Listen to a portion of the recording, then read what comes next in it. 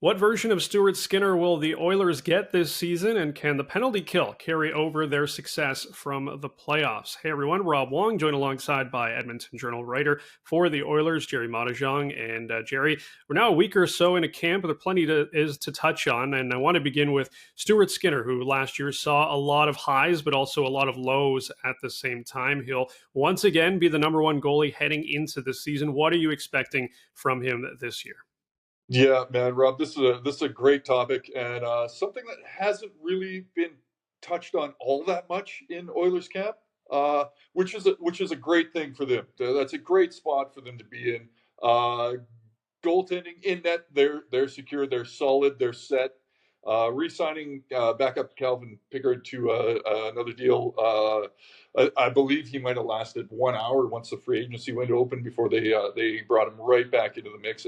And those two were such a workhorse tandem last year um, that there's just no real questions there. So personnel wise, the only question is how much does Stuart Skinner play? How much does Calvin Pickard go in and back him up? And I believe they've got 14 instances where they're playing back-to-back days this season coming up. So we might see Pickard a little bit more than we did last year, which, in Skinner's case, I mean, you talk to the guy and he's like, I want to play every game. That's just my mentality. And that's just how I'm wired, sort of thing, which is understandable. But we saw it even in the playoffs last year. The guy needs a little bit of rest.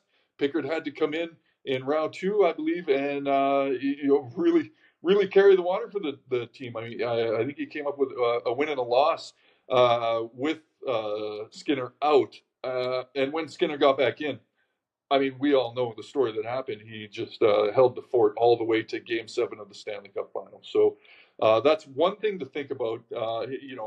How or will Stuart Skinner be better with a little bit more rest this year, and will that carry into a playoff push again? But yeah, the other question is, how is Skinner going to perform?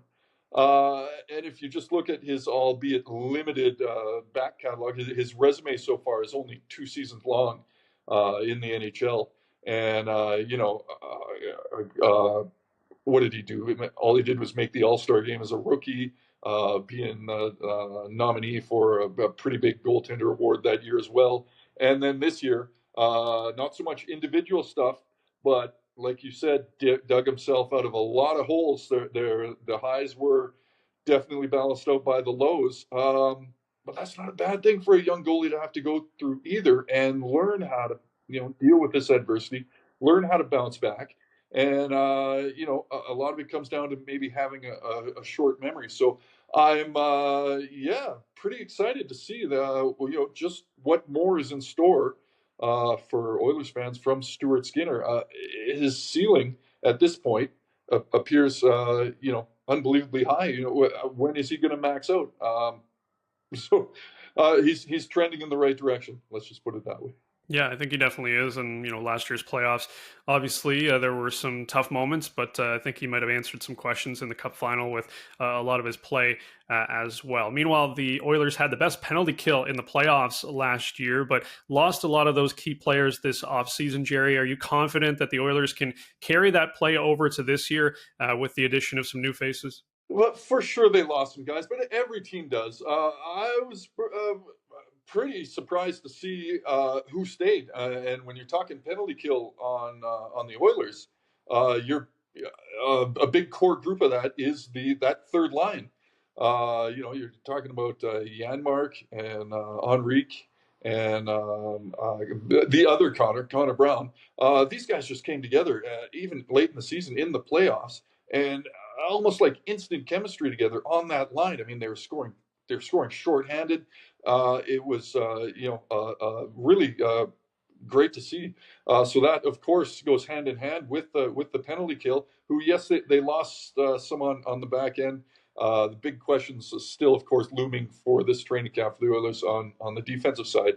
But when you're talking specifically penalty kill, that is a high bar they set for themselves last year and in the playoffs, leading the way like that.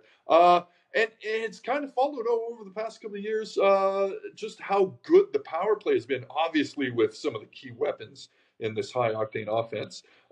It's really been fun to see kind of the forgotten sibling, the penalty kill, also really take some pretty big strides. And, a kind of a sibling rivalry maybe going on, if you will, the Oilers special teams.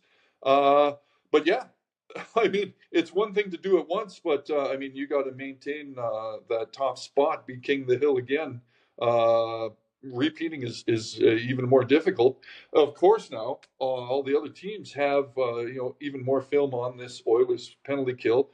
Maybe try and pick it apart a little bit. So for as good a job as they've done and everything they need to be commended on, the real work begins now.